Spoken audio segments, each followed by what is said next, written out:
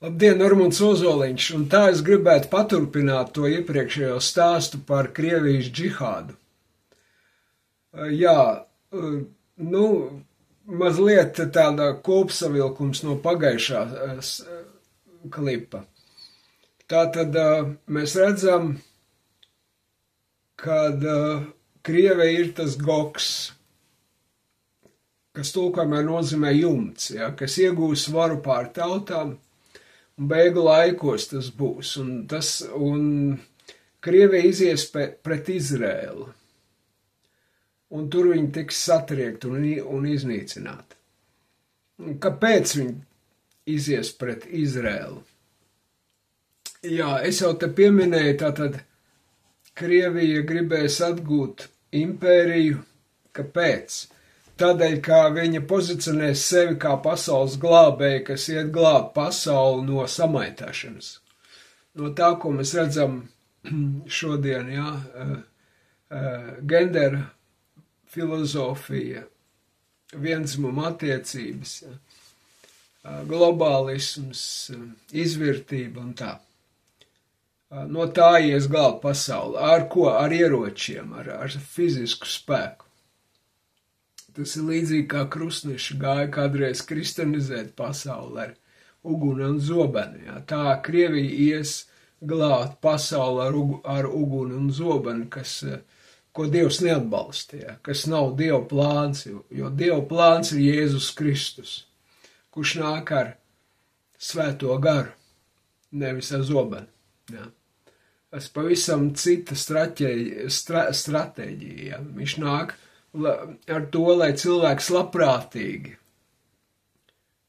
sāktu ceļu uz glābšanu, lai svētais gars būtu tas, kas pārliecina par grēku, un nevis zobens. Ja? Tas ir pilnīgi divas pretējas lietas. Un redziet, laiku beigās, kāpēc Krievija izies pret Izrēlu? Tāpēc, ka viņa pozicionē sevi kā pasaules glābēju. Un Izraels šajā kontekstā būs kā konkurents Krievijai, jo Bībele saka, ka Izraels ir Dieva izredzētā tauta, un Jēzus nāk no Izraels, pestīšana nāk no jūdiem, ir rakstīts, ja? Un Jēzus nāks Izrēlā, viņa otrā atnākšana būs Jeruzaleme. Un tas garīgā kontekstā būs konkurents Krievijai, kura sevi pozicionē kā trešo Romu, kā kristietības centru pasaulē. Un redziet, trešā Roma, no kurienes tas koncepts ir radies. Tātad 16. gadsimtā ir tāds Mūks Filofejs no Pleskavas. Tā ideja pieder viņam, un to ir paņēmuši tātad visa Krievu tauta, ja, kā tādu pravietisku vēsti no Dieva, kas ir misija par to, kā Krievijai jākļūst par trešo Romu. Tad pirmā Roma bija Romas impērija, kur sabruka, ja? Jēzus nāca Romas impērijas laikā. Tālāk pēc tam ir Bizantijas impērija, kurā bija centrs Konstantinopolē, ja? Kur arī sabruka. Un tagad būs trešā Roma, kas būs Maskava. Tātad pirmā bija Roma, Romas pilsēta kā tāda, otrā bija Konstantinopola un trešā būs Maskava. Ja, un viss šīs trīs pilsētas pozicionē sev kā kristietības centri. Nu, lūk, un tagad pēc padomju laika, pēc komunisma, ja, Krievija tādēļ steidz atkopties no ateismu un tādēļ pozicionē sev kā kristīgu valsti, kā kristietības centru, kas ies glābt pasauli. Apmēram tā, un beigās tā sadursies ar Izrēlu, ja, kur nevarēja saprast, kurš tad ir tas pasaules glābējs, vai ne?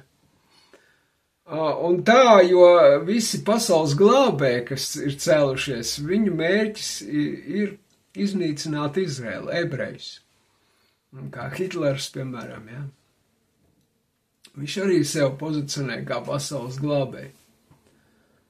Nu, lūk, tas ir pa Krieviju. Un interesanti, kad redziet, tagad mēs esam tādā laikā, ka es atceros, kā sabruka Padomju Savienība. Padomju Savienība sāka brukt vienkārši, likās, ka kāds ir pārslēdzis slēdzīt. Ja? Tāda sajūta bija. Ka pēkšņi laiku ir kāds iedarbinājis citā virzienā. Lai ko mēģināja darīt, Padomju Savienība sabruka. Vienalga. Tur mēģināja visu kaut ko darīt. Visu kaut ko. Un to iesāka kaut kādi disidenti, daži parasti. Ne? Un Dievs to disidentu soļus pārvērt uzvarā. Ja?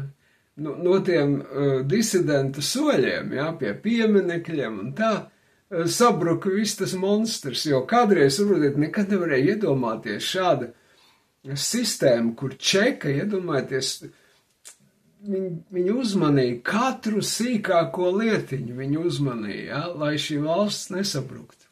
Milzīgs aparāts, milzīgs militārs aparāts un izlūkošanas aparāts, kontrols aparāts. Un viss tas sabruka 3 gados, saprotiet. Un tāda sajūta bija, ka pēkšņi ir nolemts, kaut kur ir nolemts citur, ka Padomju Savienība ir jāsabrūk. Tas ir tagad tāda lavīna, kas sāk gāzties un neviens to nevar apturēt. Mēģina, bet nevar. Un kaut kas līdzīgs ir ieslēgts tagad attiecībā uz Ameriku. Ja? Ja saprotiet, paiet 1 nedēļa un liekas, ka mēs jau esam svešinieki, jā. Kur Amerika ir pavisam citā frontes pusē jau. Kaut kāda nedēļa vai 2 laikā, saprotiet. Un tā liekas, ka kāds ir ieslēdzis kaut kādu slēdzīti, lai pavājinātu Ameriku. Interesanti. Un neviens to nevar apturēt, it kā. Ja? Man te vakar bija saruna ar vienu cilvēku. Viņš saka, kāpēc visi Amerikā redz, ka kaut kādas tāds radikāli nepareizas lietas notiek, bet neviens neko neprotestē. Kāpēc bijušie prezidenti neko nesaka? Kāpēc no Amerikas tas krējums neko nereaģē? Tā īpaši nereaģē. Tur papukst, jā, tā. Bet neko tā īsti neuztraucās par to, ko Trumps dara. Ne? Jo viņš dara, nepārprotami, ja? Viņš spēlē par labu Krievijai. Ja? Viņš ir pilnīgi spēlē pretēji Amerikas politiskām interesēm. Tas ir tik uzskatām. Neviens pret to neiebilst. Un tas ir dīvaini vispār. Un mēs redzam, ka interesanti, kas to slēdzīt ieslēdz. Daniela grāmata 2. nodaļā te rakstīts, ka to ieslēdz Dievs. Ļoti interesanti.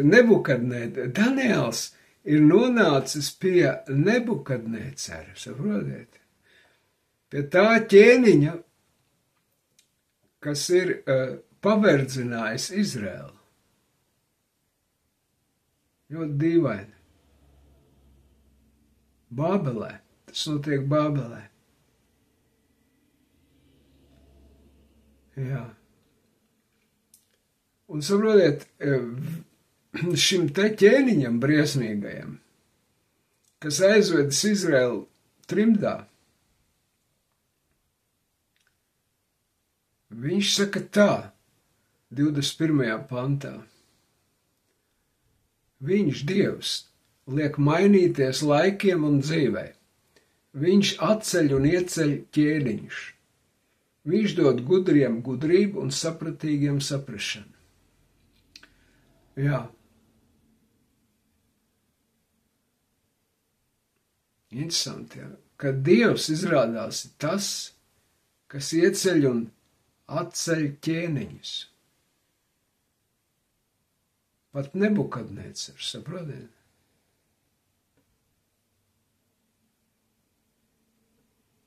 Interesanti. Kā tad labais Dievs varēja tā iecelt Nebukadnecaru, lai viņš izpostu Dievu tautu?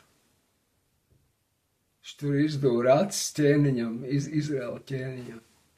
Nogalināja viņa dēlus, viņa acis priekšā un pēc tam izdūra acis. Un Dievs viņu iecēla tā. Kā tas var būt? Un vispār jau Daniels interesanti, kāpēc viņš nāk ar lūgumu pie Nebukadnecara, lai viņš nenogalina Bābeles gudros. Bet Bābeles gudrie jau bija burī. Viņi nebija Dieva cilvēki. Nu, piemēram, ja kāds gribētu uzspridzināt praida gājienu, ko jūs teikt? O, tā viņam vajag, nečestīvie, nešķīsteņi. Mēs interesanti, ka Daniels iestājās par tiem nešķīsteņiem, lai viņus nenogalina. Mēs redzam Daniels sirdi, vai ne? Interesanti. Jā, un viņš Dievs liek mainīties laikiem un mainīties dzīvei. Un mēs esam tādā laikā, kad Dievs to liek mainīties laikam. Laikam. Nevis laikam, bet tam laikam mainīties, saprotiet. Jā. Un mēs redzam, ka šis slēdzītis ir ieslēgts par sliktu Amerikai. Un man bija tāds sapnis interesants, kas saucās Pasludina tiesu Amerikai. Es jau viņu vairākas reizes esmu licis Facebookā profilā, bet, es ielikšu to vēlreiz zem šitā video. Tātad es to saņēmu 21. gada, pirms 4 gadiem, 14. februārī. Tātad. Man tā bieži vien ir, ka es saņemu gadiem uz priekšu, kas notiks. To es saņēmu, kurā dienā sāksies karš Ukrainā, es to saņēmu vairākus gadus iepriekš. Es saņēmu to skaitli 24. Es tikai nezināju, es jau par to rakstīju. Es tikai nezināju, ko tas nozīmē, bet Dievs jau man bija devis to skaitli, kurā datumā sāksies karš. Un Dievs arī pateica to iemeslu, kāpēc sāksies karš. Viņš teica, vai Ukraina ir izdarījis to, ko Ninive? Nav izdarījis. Nav nožēlojis grēkus. Jā. Un redzi, pirms Dievs liek laikiem mainīties, ja, viņš sūta praviešus. Ja, un es zinu, ka uz Ukrainu arī brauc pravieši, kuri brīdināja par karu, bet neviens jau tā īsti neņēma galvā tos praviešus. Un tā kā, jā, te ir tāds vārds, tātad pirms 4 gadiem man bija tāds sapnis. Es tajā sapnē atrados Vašingtonā, Amerikā, pie Baltā nama. Un bija Amerikas nacionālie svētki, bija tāds priekšvakars. Un mēs gājām tādā kā grupiņa ar cilvēkiem, kuri bija pārstāvi no valstīm. Un viens cilvēks bija no vienas valsts kā pārstāvs tajā grupiņam. Un es biju tas, kas dalīja viņiem svētību sēklas. Jā. Es zināju, ka tās ir svētību sēklas. Un es izdalīju katram valsts pārstāvim pa svētību sēklēm. Un pēdējiem pienāca kārta pārstāvim no Amerikas. Un pēkšņi skatos, ka man nav vairs nevienas svētības sēklas tam Amerikas pārstāvim. Kad Amerikas pārstāvs palika bez svētības sēklas, bez svētības, saprot? Un man bija tā žēl, vairs nav neviena sēkla Amerikai. Kāpēc tā? Tā bija tā sapnī pirmā daļa. Otrā daļa bija tā, kur es sēdējām ar pravieti Tibi Džošām. Viņš vēl tad bija dzīvs. Nu, šai saulē. Un viņš, tātad mēs sēdējām draudzē Amerikā uz skatūs. Un arī atkal bija Nacionālo svētku priekšvakars Amerikā. Un bija dievkalpojums, paredzēts tiem svētkiem. Un mēs sēdējām ar Tibi Džošu skatus, tur bija vēl kāds, to draudžu mācītāji. Un es domāju, kā man tāds gods ir parādīts šeit sēdēt vispār. Un pēkšņi Tibi Džošu viņš iziet priekšā un saka, kad es pasludināšu tiesu Amerikai. Tas ir programmā iekļauts. Un pēkšņi es saprotu, ka man jāpasludina tiesa Amerikai. Un es zinu to, ka man tāds uzdevums ir, bet es taču nedomāju, ka Tibi Džošo to tā Es domāju, ka es varēšu izbēgt no tā uzdevuma vēl kaut kā, jā. Bet nē, Tibi Džošo skaļi pasludina, kad mans uzdevums šai programmā Normunds šovakar jums pasludinās tiesu. Un tad, saprotiet, es redzēju, ka tā tiesa ir ļoti briesmīga Amerikai. Es tā jūtu garā, tai sapnī. Un tad es domāju, ārprāts, kā lai pēc iespējas saudzīgāk to pasaka. Es biju mokās, jo zināju, ka tā ir tāda ļoti stingra tiesa ir Amerikai, kaut kāda liela tiesa, ļoti barga tiesa no Dieva. Un Tibi Džošo atnāca atpakaļ un uzlika man galvu uz pleca. Viņš pēc tā, ka bija pateicis par to tiesu, ka man būs jāpasludina. Viņš uzlika man galvu uz pleca un pagulēt vēl. Jā. Es sapratu, ka viņš šausmīgi nogurs ir. Un viņš nomira pēc kāda laika, nezinu, kurā gadā viņš nomira. Jā, man liekas, tajā pašā gadā. Jā, tajā pašā gadā, jā, viņš nomira. Un es sapratu, ka viņam ir kaut kādas veselības problēmas no tā, ka viņš ir pārpūlējies. Jā, un es jau to zināju sapnī, ka kaut kas viņam ar veselību nav kārtībā. Un viņš aizgāja mūžībā tajā gadā. Lūk, tas ir tāda interesanta lieta, ja, kad ar tiem sapņiem, kad reizē tas, kas tevi no Dieva, tas paliek. Tas paliek. Viss izbeidzās. Tad, kad es biju mācītājs, tad, kad es studēju teoloģiju un gribēju kļūt par mācītāju, tad man likās, ka tas ir tas pats svarīgākais manā dzīvē. Ka tas ir tas pats galvenais un tas, dēļ kā es dzīvoju. Un tad es sāku saņemt sapņus šad un tad, jā. Sākumā šad un tad, jā. Es tur stāstīju, ka es redzēju par arhibīskapu Kārli Gailīti, jā, par viņu to tiesu, Dieva tiesu, kas būs viņam, jā. Un tā, bet tad es tā, to uzskatīju, ka tā ir tāda, pievienotā vērtība, kura jau drīz beigsies, gan jau viņa beigsies tūlīt kaut kad. Bet, ziniet, manā dzīvē viss ir beidzies, bet šis nav beidzies.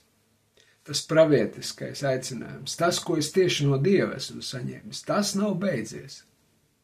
Visi beidzies, mācītāji kalpošana, visa manā baznīcas aktivitātes, baznīcā, draudzēs un tā, visi beidzies, liekas. Ja, man veselība ir tāda, jūs zinat kāda. Bet tas pravietiskais elements, ko es saņēmu no Dieva, tas nav beidzies.